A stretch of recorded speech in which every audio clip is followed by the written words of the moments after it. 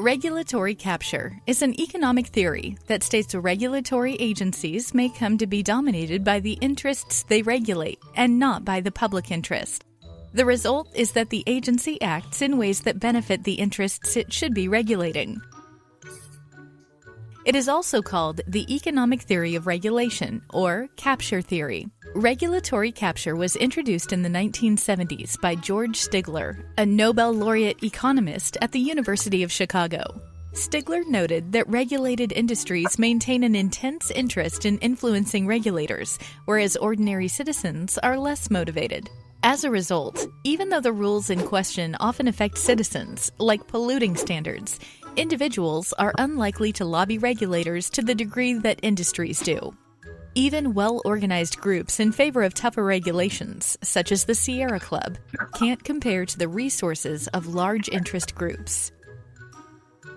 Regulatory capture is common across the economy and throughout history. And many argue regulatory recapture happens to intentionally create barriers to entry to new firms.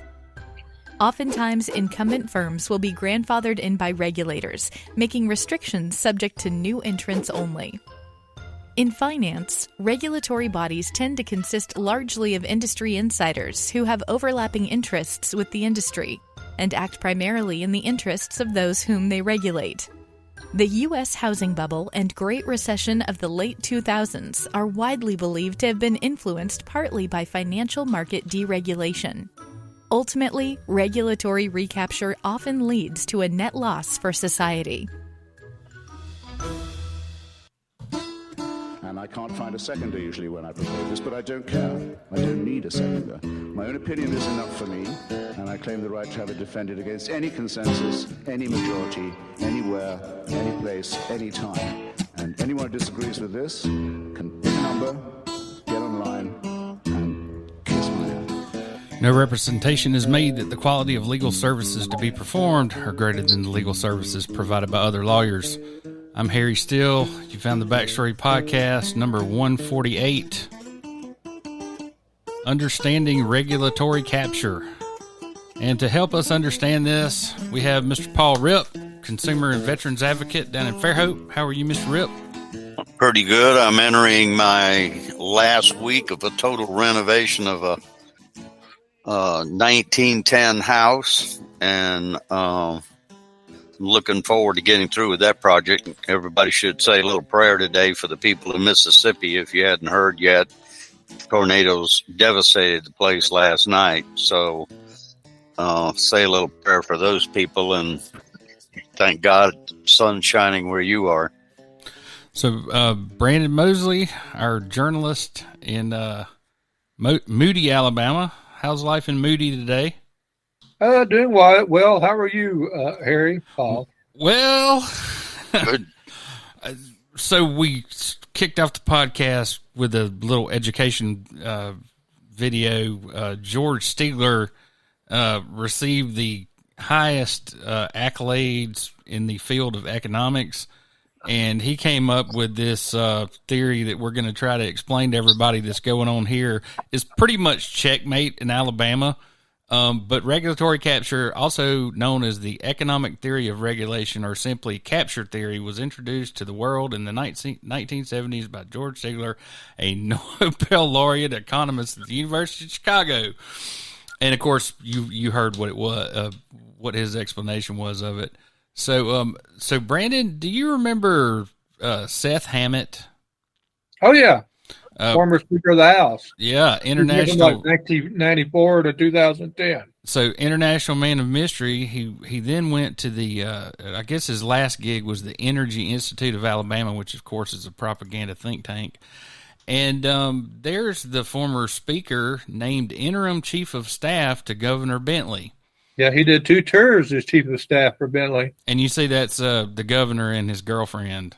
You don't know that guy, do you? Cue ball? He's the only one I don't know in the picture.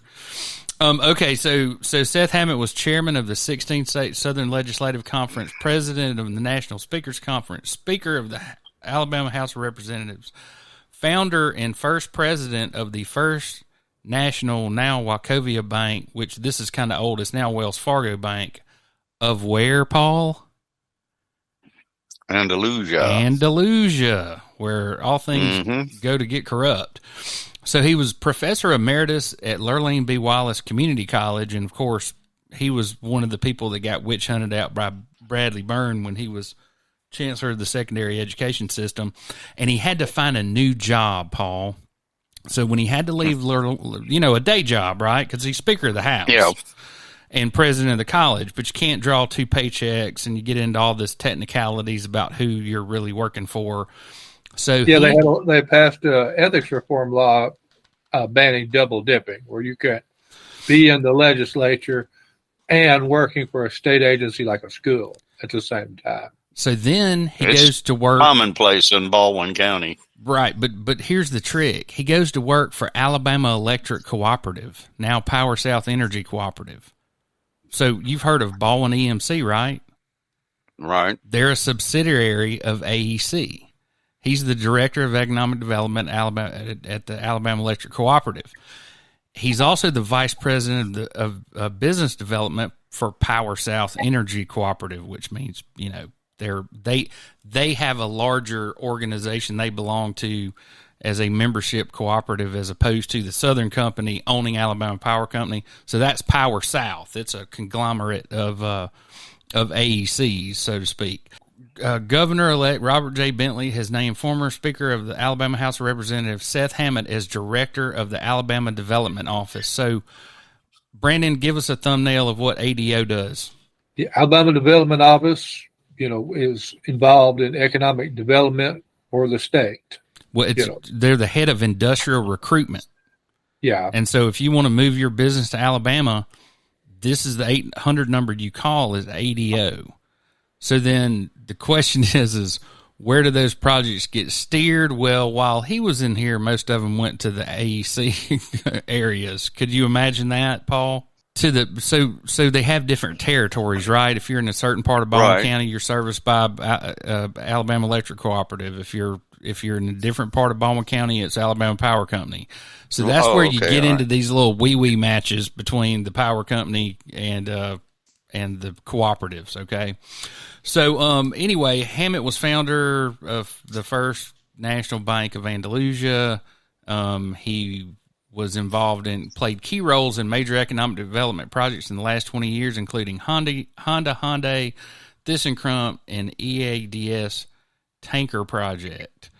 Now you know who has been doing the bidding of the power company, and let me say this: you got to understand how much money they're saving by not hiring a bunch of lobbyists, because the governor's chief of staff is a executive on loan from AEC. I'm not telling anything that's not true, am I, Brandon? He was still working for the power company when he was the chief of staff to the governor. He wasn't being paid a state salary. He was getting paid by them. Yeah, I'd have to check on that for the specific time. I know at one point there was a dummy charity that was set up that was paying certain members of Bentley's staff. Never did get who was contributing to that, but Mrs. Mason, got paid substantially from the charity rather than from the staff, because the staff, you're limited to what you can make. It's like $140,000 back then. Obviously, certain folks believe they're worth more money than that, so Bentley found a way around those kind of legislative oversights. That brings us to the lagniappe this week. And, Paul, I'm going to kind of let you run with this. Recent letters issued by the EPA call into question the audacity of Alabama Power Company's state-sanctioned plans to permanently store 21 million tons of toxic material at its Berry Steam Plant in North Mobile County. And here is a retweet. Alabama Power Company and their cronies at ADEM will soon queue up the ranting and raving about the liberals in D.C. coming down here to interfere in the creation of, by God, Alabama made electricity. Lagniappe and baykeepers have done an excellent job of staying on this. Unfortunately, they have not been able to capture enough of the public's attention as to the catastrophic effects if this thing breaks. I mean, there's been estimates saying that it would be 5 times worse than BP.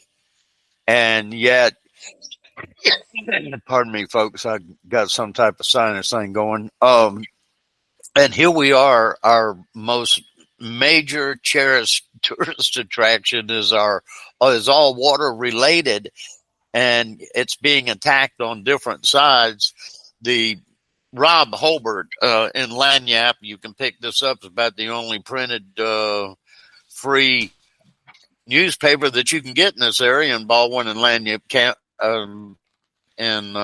Baldwin and Mobile County. Damn the torpedoes is the article. Debates over Alabama Power Company's ash plan will pollute forever. You know, the first couple of paragraphs just did get you, man. I mean, listen to this. There's 21 million tons of toxic coal ash sitting in an unlined clay pond in the Mobile, Tennessee Delta, just a few feet from the river that runs right through the center of our city. But you know that already. We've been writing about this for years. Now there's a revelation that 41%, nearly 9 million tons of it is currently sitting in the groundwater, according to the U.S. Environmental Protection Agency. This juicy tidbit came out in light of a letter from the EPA to Alabama Power Company, the creator and owner of all that nasty toxic waste. That made its way into a case filed by Mobile Baykeeper, which is attempting to stop Alabama Power Company from buying the mess in mud and leaving it forever. Now, you would think every politician in the state would be behind this, but they're totally silent because they're all getting money one way or another. Alabama Power Company is no friend to the state of Alabama as far as I'm concerned. This is, I don't know, I see things like this, and it's very well publicized in our area. We're the ones that will be affected by it. And yet you just you're not able to get the attention of our local representatives or local senators. You just can't, they just won't talk about it. They just let it go. Then the Public Service Commission should be the Public No Service Commission. Then we have the Alabama Department of Environmental Management, which is environmental maniacs. They do nothing. Lance LeFleur is a Friday paycheck guy that's done nothing. When we had all the problems in Fairhope, he couldn't even see it. Pardon me. So if I may, continuing with the article, to make matters worse, the EPA also read a letter to the Alabama Department of Environmental Management, ripping the agency for submitting a coal ash remediation plan that would allow, quote, ongoing contamination of groundwater, end quote, from Alabama Power's capped ash ponds. In other words, the feds are saying our supposed environmental watchdog ADEM is aiding Alabama Power Company in choosing a path that will lead to generations of further pollution. Think about that. Well, and how about we talk about Lance LeFleur for his part? He's the ADEM director. He fired off a letter in mid-February that claimed certain time limits have passed since the application was submitted. So the EPA, by law, must approve it. So there's been a shakeup at Alabama Power Company, and there's new leadership. Have you met this guy yet? So Brandon, no, I've not met the new CEO. I remember Mark Crosswhite. I've met him a few times. So Crosswhite's out. I would imagine because the Matrix LLC scandal, where it was revealed a longtime consultant for Alabama Power Company hired a private investigator to surveil Tom Fanning, the CEO of its parent company, the Southern Company, according to documents reported by AL.com yesterday. So he's out, was appointed director of ADEM back in April of 2010. Without discussion, the Environmental Management Commission, the Citizen Board oversees the State Environmental Protection Agency, voted 4-0 for LeFleur. And so LeFleur, his background is what? Do you know? Well, and I thought I would throw this in there just because you're in Moody. there was a landfill fire that burned for 2 damn months, wasn't it, before the EPA came in with a contractor and put it out? It started late November. It burned all the way through Christmas. It burned all the way through January. And at some point in February, we finally got it under control. Of course, ADEM fumbled, I don't want to say fumbled, but they couldn't figure out what to do. So they gave it to EPA. EPA cleaned it up in about 8 days. All right. So talking about regulatory capture again, public utility regulation without the public. The Alabama Public Service Commission and Alabama Power Company. So I found this interesting little PDF online, and just a little bit about the Public Service Commission. Their mission is ensure a regulatory balance between regulated companies and consumers in order to provide consumers with safe, adequate, and reliable services at rates that are equitable and economical. So the Alabama Public Service Commission was designated as such in 1915 by the Alabama legislature. They then start regulating railroads, electricity, gas, water, steam, companies operating street and urban rail, communications, all kinds of things go through the Public Service Commission. And here are your 3 public service commissioners: Jeremy Oden, Twinkle Cavanaugh, and Chip Beaker. So, Brandon, how long do you think that these people, and this was just something I thought was genius. So they went back and they looked at, of course, they record their meetings before they type the minutes up or whatever, but this shows the amount of time that they spent in the separate meetings making really important decisions about things like allowing Alabama Power Company to raise their rates to deal with their coal ash or to deal with, the cost of coal going up or whatever else. The average meeting length was 28 minutes. Man. Yep. Wow, that is interesting. So they go to the Public Service Commission and they say, "Hey, we need to raise our rates back in 2019, right?" Mm-hmm. Alabama Power Company will increase its electric rates in 2019 to cover the cost of closing its coal ash ponds throughout the state in accordance with the coal ash rules finalized by the U.S. EPA in 2015. They're claiming that it's about a 3% on average, adding $4.50 a month to the average residential customer's bill, assuming the customer uses 1,000 kilowatts per month, which is pretty run-of-the-mill. The rate increase will impact all Alabama Power customers, about 1.4 million homes, including businesses, industries, and went into effect January 1st. So where do you think Twinkle Cavanaugh gets all her money? Her husband's given her a good bit, but the Business Council of Alabama has given her hundreds and hundreds of thousands of dollars. Then you got Drummond, Cole, Maynard, Cooper, and Gale, who represent all the polluters. The Retail Association. And then this Pride PAC. We'll never find out what the hell that is. And the EDU PAC. See how those things work? It's a feeding zone. Yeah. Political corruption isn't the only reason you're likely paying way too much in your energy bills. The local paper you likely trust for news in your town could actually be involved too. Now, in order to understand this, we really need to talk about a former Alabama state commissioner by the name of Terry Dunn.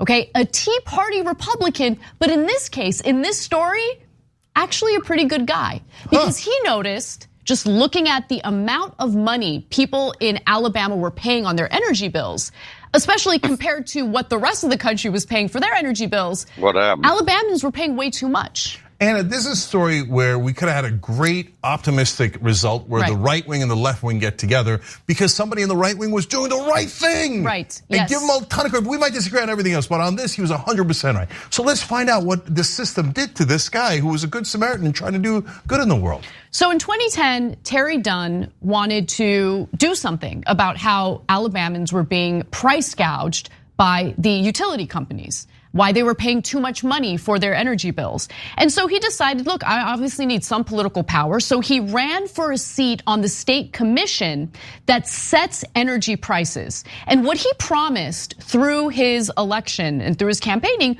was to have a formal rate hearing with Alabama power executives. And he would basically force them to disclose their financial books under oath. Now, he got elected because obviously that's a very popular message that resonates with people living in Alabama. But after he won his seat, he was immediately approached by a lobbyist for the energy company. And the lobbyist's like, yo, bro, you're gonna have a nice, fruitful career if you play ball. And I'm going to speculate on who that lobbyist was here in a minute. Yeah. And guess what? He wasn't willing to play ball. He went forward and he continued doing what he wanted to do. He wanted to, hold this hearing. He wanted to figure out why are the prices so much higher? And as soon as it was abundantly clear he was unwilling to play ball, that's when the smear merchants came in. And in this case, it was the local papers. But little did he know that the local papers were essentially bought by the utility companies. Guys, this story is so telling in several different ways, and it's so damning of both politics and media in this country. But basically, what the power company did after he won the election is they pulled a Pablo Escobar on him. They're like silver or lead. You're gonna get one or the other. You're either gonna get a lot of money and your seat's gonna be safe forever, and congratulations, you're now part of the elite and the powerful and you have status for as long as the eye can see. Or we're gonna eliminate you. And so this guy, who's a right-winger, decided to be honest, and they set out to eliminate him.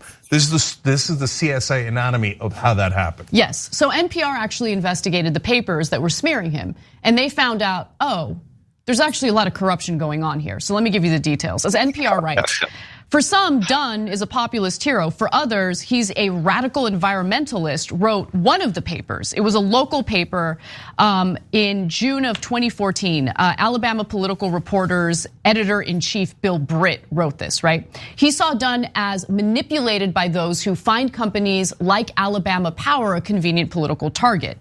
Now, in 2014, Dunn ended up losing his re-election bid because these papers started painting him as a Democrat. But he was a Tea Party Republican, and in a state as right-wing as Alabama, that's the smear of all smears, believe it or not, right? Oh my God, he might be a Democrat. 2014, he loses his re-election bid. And so it turns out that some of the local papers there, again, were corrupted. Yellowhammer News, an Alabama political reporter, offer clashing ideologies, writes NPR. One hardline conservative, the other centrist, and appear simply to be competitors. Owners of the two sites separately defend their coverage, saying they are independent news outlets. But evidence would have you believe otherwise, okay? So in reality, they are among 6 news outlets across Alabama and Florida with financial connections to the consulting firm Matrix LLC. The firm, based in Montgomery, Alabama, has boasted clients including Alabama Power and another major US utility, Florida Power and Light.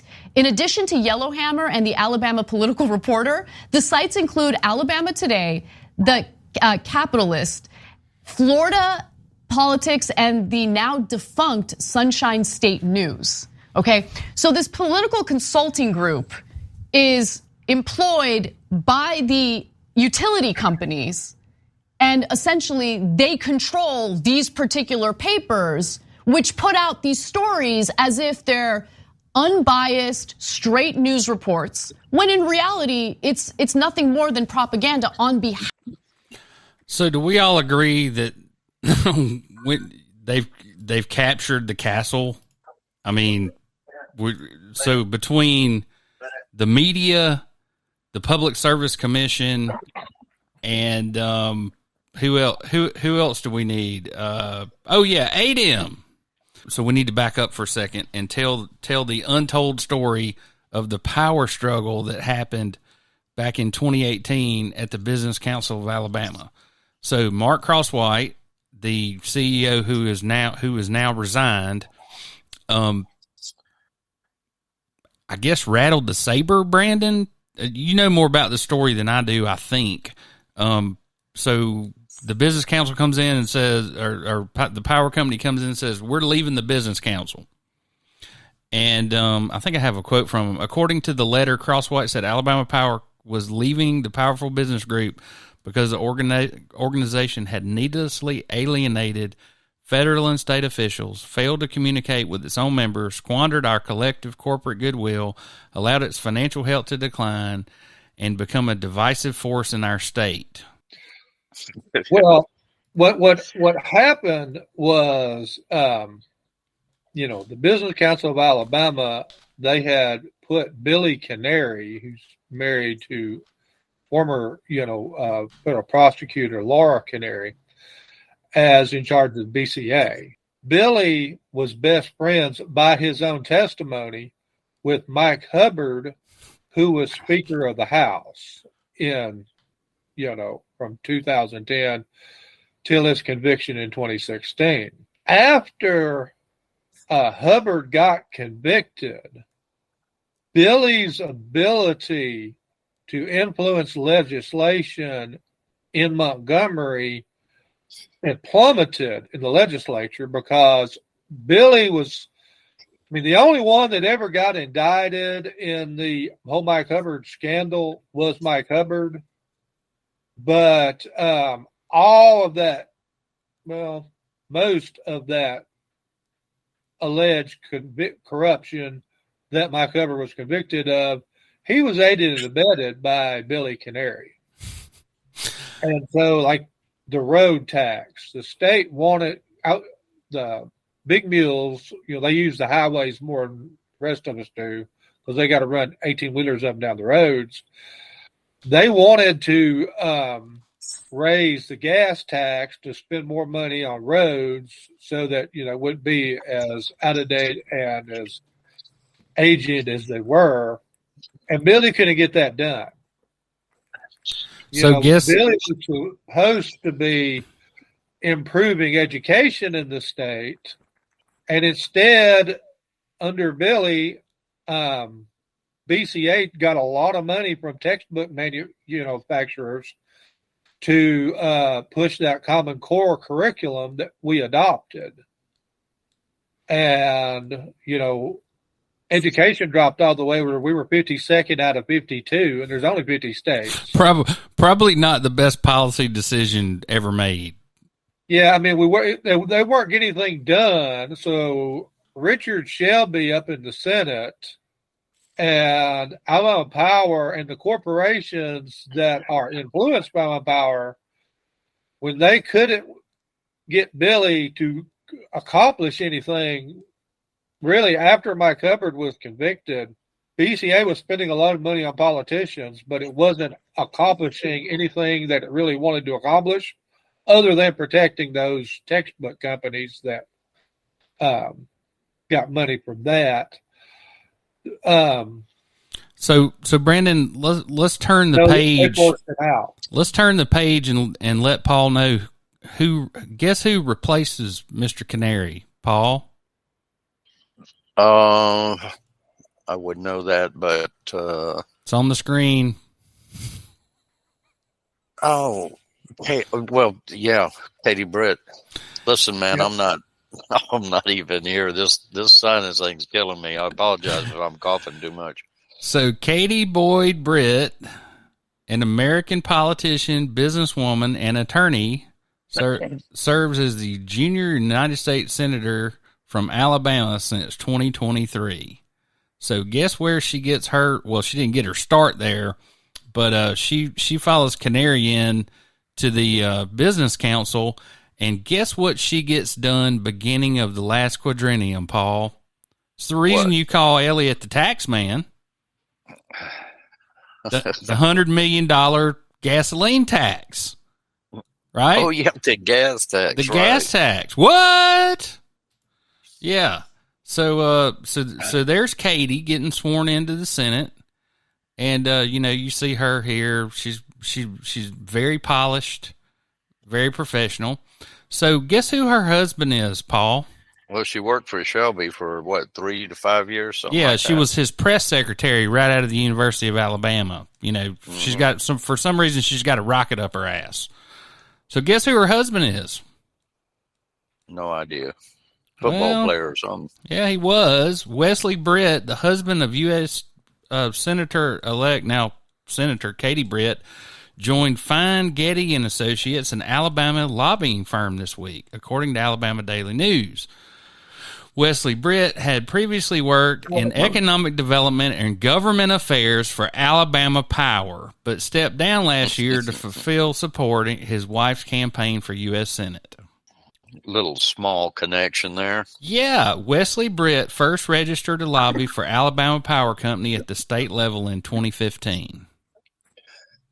There's absolutely, statewide, there's absolutely, no matter what you want to pick out, the power company or whatever, bar, ethics, ADEM, there's no accountability. And that's how come it's like this. There is absolutely no accountability or, a conflict of interest.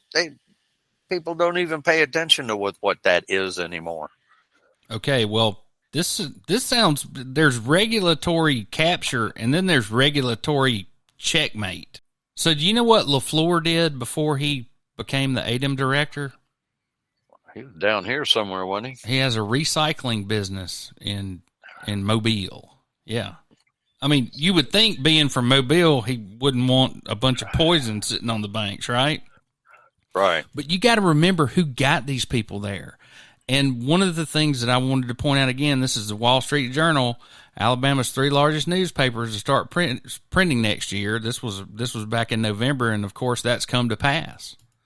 So what do you think is going to happen when all that stuff goes down? Nothing. I mean, we knew little of what Matrix was doing in the first place. Oh, and Brandon, being a journalist, it should alarm you that National Public Radio just laid off like 900 people yesterday. Did y'all know that? Wow. Yep. I Wow. haven't listened to National Public Radio in years. I do. I listen to everything. Probably the same way. No, I like to listen to it when I'm doing 4 or 5 hour drives for sure. Yeah, it's a hell of a lot. You can learn a lot more. You can learn a lot more about what the power company wants you to know by listening to Jeff Poor Show. I'll just say that. And what the Business Council wants you to know by listening to when your buddy, the tax man, comes on there every Friday. Well, Alabama Power has been so much against anything like solar, making it as difficult as it can. And then also up at Smith Lake, it controls the water up and down and everything else. And those landowners up there say they have no say-so over anything. So Alabama Power is really not among the population a very, company that they hold to a much higher standard, but at the same time, there's nothing you can do. I mean, you got a Public Service Commission that is just going to bend over. If they're spending 28 minutes average in a meeting, and we're talking about billions of dollars, that's just not right. You can be sure. And remember, spending. Paul, they haven't had to open their books in 40 years to show us what their actual profits are.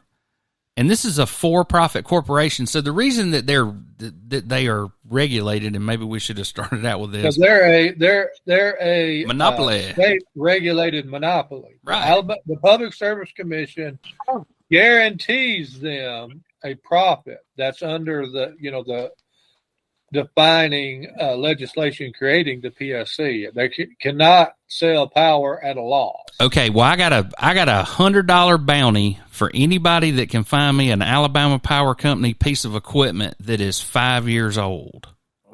They don't keep a truck for 2 years. Every chainsaw I've ever seen them get out was out of a damn box. You know what I mean? Now, Alabama Power as a company, they're taking advantage of all the depreciation schedules that are put in the tax code. So like a bucket truck, I mean, you and I both know a bucket truck can last 25 or 30 years, but, that thing probably cost, $1 million and a half, depending on how it's set up. They depreciate that thing off their taxes in 5 years. Boom. And right. Another one rolls up. And then look at the advertising costs. Look at the advertising that they spend in monopolized areas that they have. Okay. That's your money that they're spending for something that you have no choice over. Okay, so let's talk about that. To your point, the Public Service Commission sets their rates, right, So let's just say they set their rates where they have an extra $20 million to spend every year on advertising and lobbying and paying the Britt guy and paying Mike Hubbard or whomever. Yeah. Who's our speaker now? Did he get a nuclear surfboard or anything like that when he became speaker? Daniel Ledbetter, the former mayor of Rainsville, is the current speaker of the House. Ledbetter. So they got a new yacht in his yard or anything like that? Not that I'm aware of. I haven't been to Rainsville in a while, though. All right. Well, I want to talk about a few local things. Paul, you're encouraged to have responsible water usage, and I really wish we had more time, because whatever you've got, the mayor of Fairhope has, and instead of sounding like a grizzly bear like you do, she sounds like Minnie Mouse. So you definitely want to go watch this. It's hilarious. Residents in Baldwin County respond to growth in the county. So I think it was Thursday night down in Robertsdale. There's a meeting today too, isn't it? Well, this one was on Thursday, and with the staff and the planning commission actually in session to discuss the plan. Yeah, and you can imagine what kind of everybody that didn't bring tomatoes and cabbage with them, they handed it out to them as they came in. It wasn't a very congenial meeting, and you can go look at the plan in its entirety at the Baldwin County Planning Department website. Brandon, you wrote this article, and I am just amazed at the traction this thing's getting. What I consider to be like a housekeeping matter. Hey, people are starting to abuse fentanyl, so we might want to change the weight that constitutes, trafficking or whatever. But this thing has been treated like, Speaker Ledbetter told me Thursday, that this bill, increasing the penalties on fentanyl traffickers and the way overdue rewrite of the adoption bill were his two biggest priorities for the entire legislative session. So 2 housekeeping bills are his big accomplishments. I mean, we all agree that the amount of fentanyl that can kill you is really minuscule, and now that it's being abused profusely, every state in the union is changing their laws. But this is a lot of people we were probably on a path toward gradual legalization of most of the drugs. Fentanyl, I think, was a game changer, because it's just killing so many Americans. 107,000 a year. Man, they just don't know how to do it. Yeah, 107,000. That's almost double the entire Vietnam War. So, yeah, Brandon, that's almost Civil War type casualties. Man. So Brandon, I will have to admit that I did not read this bill, even though you shared it with me. I'm aware of the current adoption laws in the probate courts and family and juvenile courts and termination of parental rights cases and all that kind of thing. Most of the red tape involved in these things is to protect the identity of the children. And anyway, I haven't read the statute or the new code, but it's 80 pages, so it will be a long read. Maybe that's why I didn't read it. I was looking for your synopsis. So, Mr. Rip, it is time for you to cover your terrific Tuesday, which you entitled Cover Up. Is that Mayor Wills under a blanket? Yep. I believe it was, did you not read the entire letter from Mr. Wills, the last one, right? I can plow through it real quick. No, I mean, you did read it, right, the last time? Oh, yes, sir. Well, just read the last paragraph there. The city prefers to remain courteous and respectful. However, the allegations of a cover-up and other allegations are without merit. Again, we do not control the investigation or the speed at which it is conducted or which it is concluded. So, Paul, I want to take you back about 2 years ago to our little trip and remember what Mr. Wills said about us. Well, Harry, you are entitled to any animus that's directed against you. You have no good purpose in any of the things you're doing other than to muckrake around, and everybody knows it. And everybody knows it. So tell us about your cover-up. Well, I take the letter, reading the letter, I take it as another step in any type of cover-up. What have we got in Baldwin County to lead us to believe that it's not going to be? Where the police department is investigating the police department. The sheriff, the police chief and Baymonette is on the special crimes unit, which is investigating it. Now, they have forwarded it up to the AG's office. Attorney General, and I'm hoping the Attorney General will look at some of the issues that have come up before this. I don't think that Mayor Wills has handled this situation at all well. He has never tried to console the family or the general public. It's always been, well, it's my way or the highway, and whoever can talk the loudest, and let's delay. And as we've said before, one of the things that we're predicting is you don't know what happens when they go to a special grand jury or a grand jury. Now, Wills is indicating that he's going to the district attorney. The district attorney and Bob Wills have a 30, 40-year history. The district attorney is tied to the sheriff. The sheriff is tied to Wills and the district attorney. Come on. We know this in Baldwin County. So I'm saying get ready for an outcome that you're not going to like. Now, yesterday in this go ahead. investigation is that, if it's a clean shoot, if the officer had no choice but to shoot the guy dead, why can't you just do that in a statement in 30 days? It's right. Weeks and months have passed, and we're still investigating, and we're talking grand juries, and we need to talk to the AGs. Is like, what are you seeing in your investigation that means you can't, it's taken months and you can't come out and say, hey, officer did a great job. Thank you for keeping us safe. Or, hey, the officer did poorly. Let's fire the officer.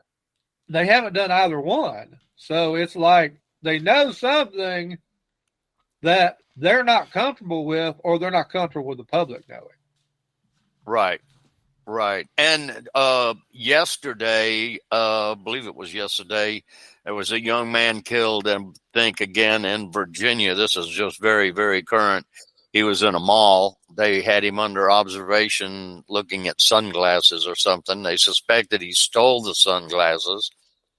The security guards ran out after him, chased him down, and ended up shooting and killing him over being suspected of stealing the sunglasses. Now, my point is this.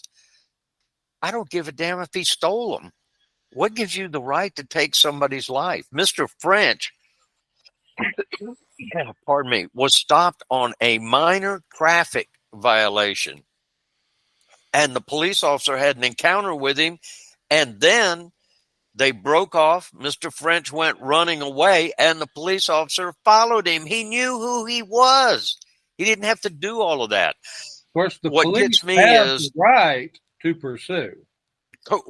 Maybe it wasn't the wisest thing.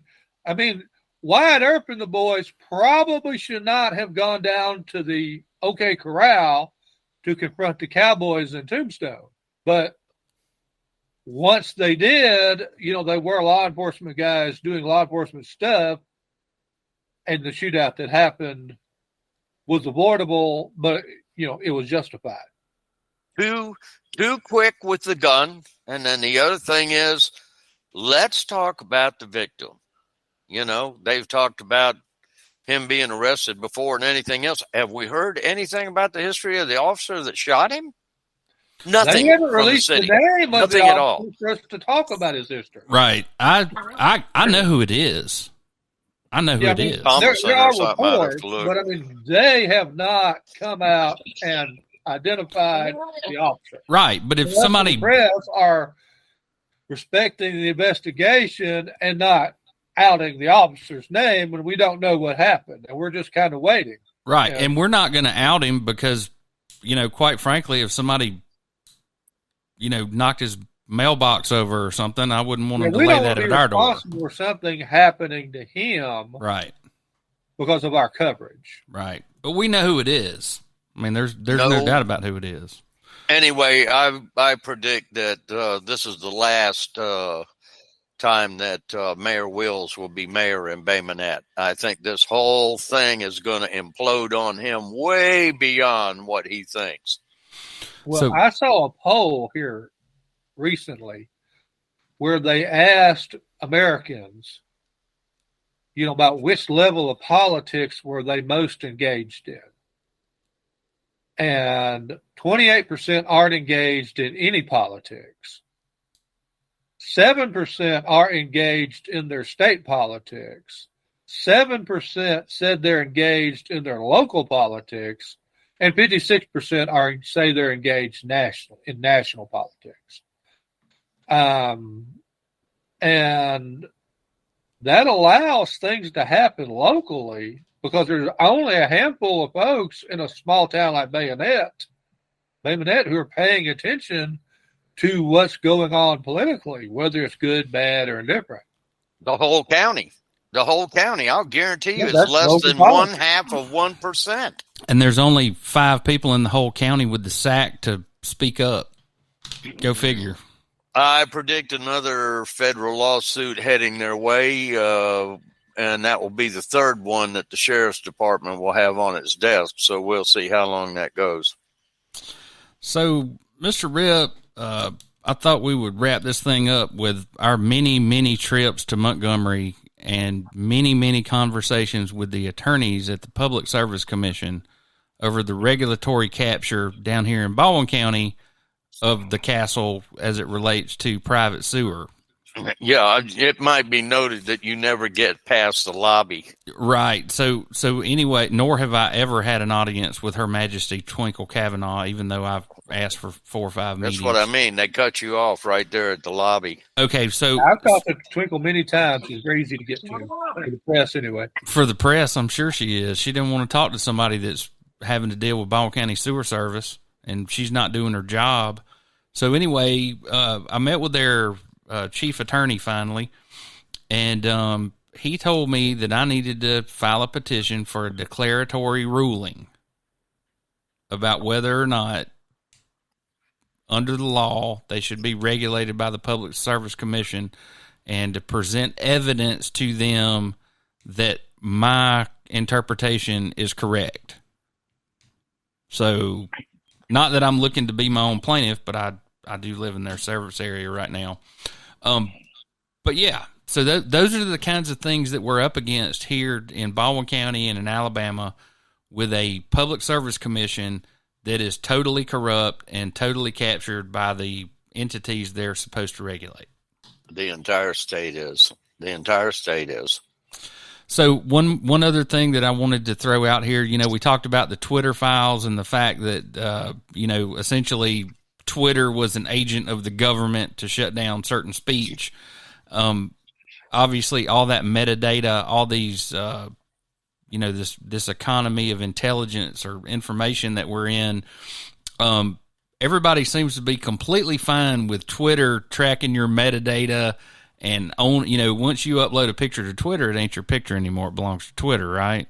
So they can sell it to people. It's out there in the public purview. Right. So they can sell it to, they're not supposed to scrape it, but yeah. So anyway, it turns out that TikTok, which is is probably funded by the Chinese military, and under their regulations, essentially they could walk in and say, we'd like all the metadata on everybody in this zip code in the United States.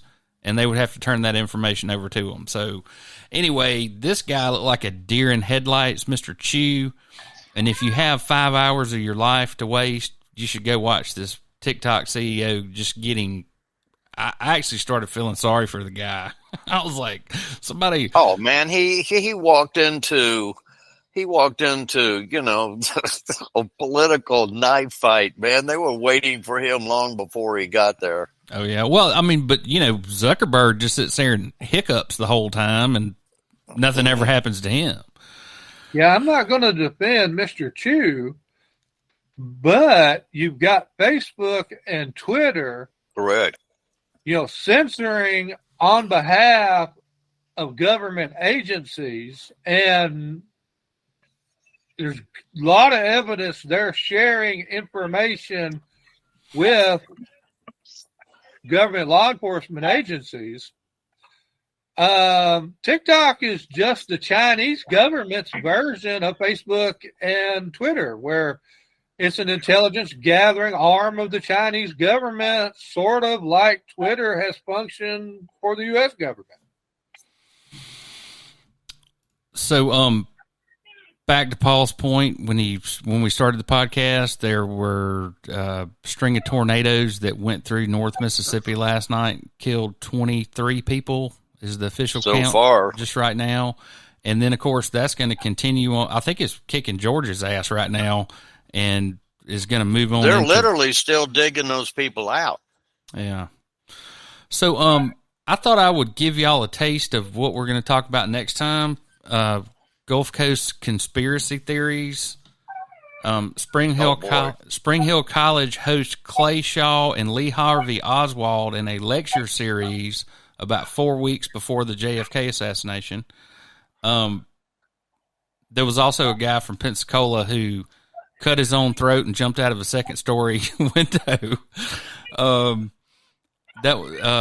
so then the final one, and Brandon's probably going to have more information on this. I just happen to have a personal connection with somebody that I know. But Nazis who were brought back to Redstone Arsenal under Operation Paperclip at the end of World War II. And, of course, Brandon can profess, and Paul, I'm sure you can too, the immortalization of Warner Von Braun in Huntsville, Alabama. I mean, the Von Braun Center's how many $100 million facility there? The conference center? I attended one of their biggest concerts he ever had there, and it's a big facility. They can do like they can do a big time concert and a hockey game at the same time if they want to. So just to brush up on those, gentlemen, what you think you know about Operation Paperclip. I bet you don't know jack, and I bet you don't know much about Spring Hill College and their ties to the Central Intelligence Agency, particularly in a lot of different Jesuit schools around the country. And we should close by mentioning that the executive director of the Ethics Commission is still drawing a check with 3 lawsuits against him and the attorney general calling him a criminal. Saying he committed civil fraud is not the same thing as saying he's a criminal. We've had 372 bills introduced in the legislature. Unless I missed it, nobody has introduced anything asking to reform the Ethics Commission. They're happy with it the way it is. I bet they are. Where else are they going to find somebody totally compromised? Totally compromised. Unbelievable. Totally. Absolutely. I mean, proven. All right, guys. Well, y'all enjoy the rest of your Saturday. Brandon, have fun up there in Montgomery, or is this spring break? Y'all got one more week? They're on spring break this week. So. Oh, okay. So you get a week off. What are you going to do? Go they worked for about 4 weeks. Now they need to take some time off. You going to shoe your horses, go fishing? What you going to do during this week? I'm still going to be riding. All right. They introduced 200 bills just in the last couple legislative days. I've got to sort through them. So is anybody having a big potluck for them at the beach or anything like that during spring break? The business. Well, we had our big putting beach bash on Wednesday. They don't invite me. I knew it. And who put that on? I could guess, but I'm not going to name. Brandon, you're probably the only ones reading the bills. All of them, anyway. Oh, I won't be able to read all. I mean, like that one adoption bill's 80 pages long. There's not time enough in my day to do my work and read. Yeah, 1,000 bills that'll probably be introduced. Yeah, and the people that vote on them honestly haven't read most of the bills they're voting on.